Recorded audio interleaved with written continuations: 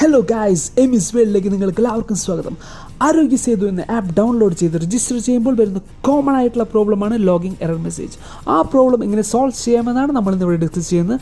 അതിന് നിങ്ങൾ ആദ്യമായി ചെയ്യേണ്ടത് പ്ലേ സ്റ്റോർ എന്ന ആപ്പിൽ പോവുക, ആരോഗ്യ സേതു എന്ന് ടൈപ്പ് ചെയ്യുക, അപ്പോൾ വരുന്ന ആപ്പ് ഇൻസ്റ്റാൾ ചെയ്യുക. ഇന്ത്യൻ ഗവൺമെൻറ് നിയമപ്രകാരം എല്ലാ പ്രവാസികളും നാട്ടിലേക്ക് വരുമ്പോൾ നിർബന്ധമായി ചെയ്തിരിക്കേണ്ട ഒരു സംഗതിയാണ് ആരോഗ്യ സേതു ആപ്പ് ഡൗൺലോഡ് ചെയ്ത് അതിൽ രജിസ്റ്റർ ചെയ്യുക എന്നുള്ളത്. വൺസ് നിങ്ങൾ ആപ്പ് ഡൗൺലോഡ് ചെയ്ത് ഫസ്റ്റ് പേജ് ഓപ്പൺ ചെയ്യുമ്പോൾ തന്നെ റൈറ്റ് ടോപ്പ് കോർണറിലായി നിങ്ങൾക്ക് ഇഷ്ടപ്പെട്ട ലാംഗ്വേജ് സെലക്ട് ചെയ്യാനുള്ള ഓപ്ഷൻ ഉണ്ട്. ഞാനിവിടെ ഇംഗ്ലീഷ് എന്ന ലാംഗ്വേജാണ് സെലക്ട് ചെയ്യുന്നത്. ഈ ഒരു ആപ്പ് യൂസ് ചെയ്യുന്നതിലൂടെ കൊറോണ വൈറസിൽ നമ്മുടെ സ്റ്റാറ്റസും അതോടൊപ്പം തന്നെ നമ്മുടെ ചുറ്റുപാടിൽ എത്ര പേരാണ് ഈ വൈറസുമായി എഫക്റ്റ് ആയിട്ടുള്ളത്, എത്ര പേരാണ് ക്വാറന്റൈൻ ആയിട്ടുള്ളത് എന്നുള്ള ഫുൾ ഡീറ്റെയിൽസ് നമുക്കിതിലൂടെ അറിയാനായിട്ട് സാധിക്കും. ശേഷം ആപ്പുകളിൽ കോമൺ ആയിട്ട് കണ്ടുവരുന്ന ഒരു അപ്രൂവൽ ക്വസ്റ്റനെയർ ഉണ്ടാവും. നിങ്ങളതെല്ലാം വായിച്ച ശേഷം നെക്സ്റ്റ് അടിച്ചു വിടുക. ഞാൻ നാട്ടിലേക്ക് വരുന്നതിന് ഒരു ദിവസം മുമ്പാണ് ഈ ആപ്പ് ഡൗൺലോഡ് ചെയ്യുന്നതും ഇതിലേക്ക് രജിസ്റ്റർ ചെയ്യാനായിട്ട് ട്രൈ ചെയ്യുന്നതും. ഞാനതിനു വേണ്ടി യൂസ് ചെയ്തത് നാട്ടിൽ ഉപയോഗിച്ചിരിക്കുന്ന സെയിം നമ്പർ തന്നെയാണ്. തുടർന്ന് ഇതുപോലൊരു എറർ മെസ്സേജ് ലഭിക്കുകയും അതിനുശേഷം ഞാൻ അവരുടെ കസ്റ്റമർ കെയറായിട്ട് കോൺടാക്ട് ചെയ്യുകയും അവർ കുറച്ച് ടിപ്സ് തരികയും ഉണ്ടായി.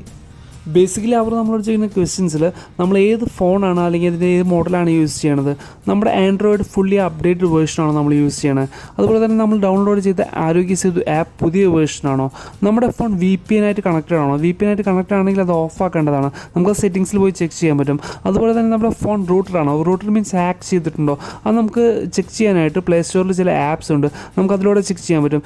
ഇൻ കേസ് അങ്ങനെയാണെങ്കിൽ നിങ്ങൾ ഫോണിൻ്റെ VPN ഓഫ് ചെയ്യുക, ഫോൺ അൺറൂട്ട് ചെയ്യുക, അതിനുശേഷം ഈ ആപ്പ് ഫോഴ്സ് സ്റ്റോപ്പ് ചെയ്തിട്ട് അതിന് ക്ലിയർ ക്യാഷ് കൂടി ചെയ്തിട്ട് ഒന്ന് ട്രൈ ചെയ്ത് നോക്കാം.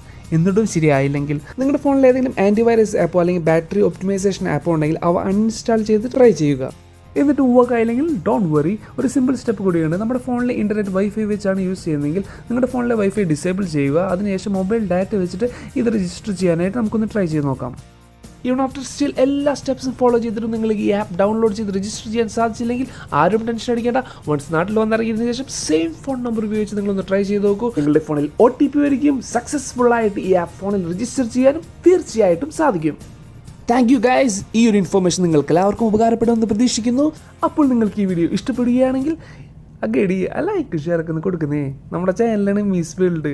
പുതിയ ഇൻഫർമേഷൻസും ടിപ്സും ട്രിക്സും ഒക്കെ കിട്ടാണ്ടല്ല, അതങ്ങോട്ട് സബ്സ്ക്രൈബ് ചെയ്യുക. പിന്നെ അതിൻ്റെ റൈറ്റ് സൈഡിൽ ഉണ്ടല്ല ഒരു ബെൽ ബട്ടൺ ഉണ്ട്, അതങ്ങോട്ട് ക്ലിക്ക് ചെയ്യുകയാണെങ്കിൽ ഉണ്ടല്ല നമ്മുടെ തള്ളലുകൾ ഉണ്ടല്ലോ നിങ്ങൾക്ക് പെട്ടെന്ന് തന്നെ നിങ്ങളുടെ മുമ്പിലേക്ക് എത്തും.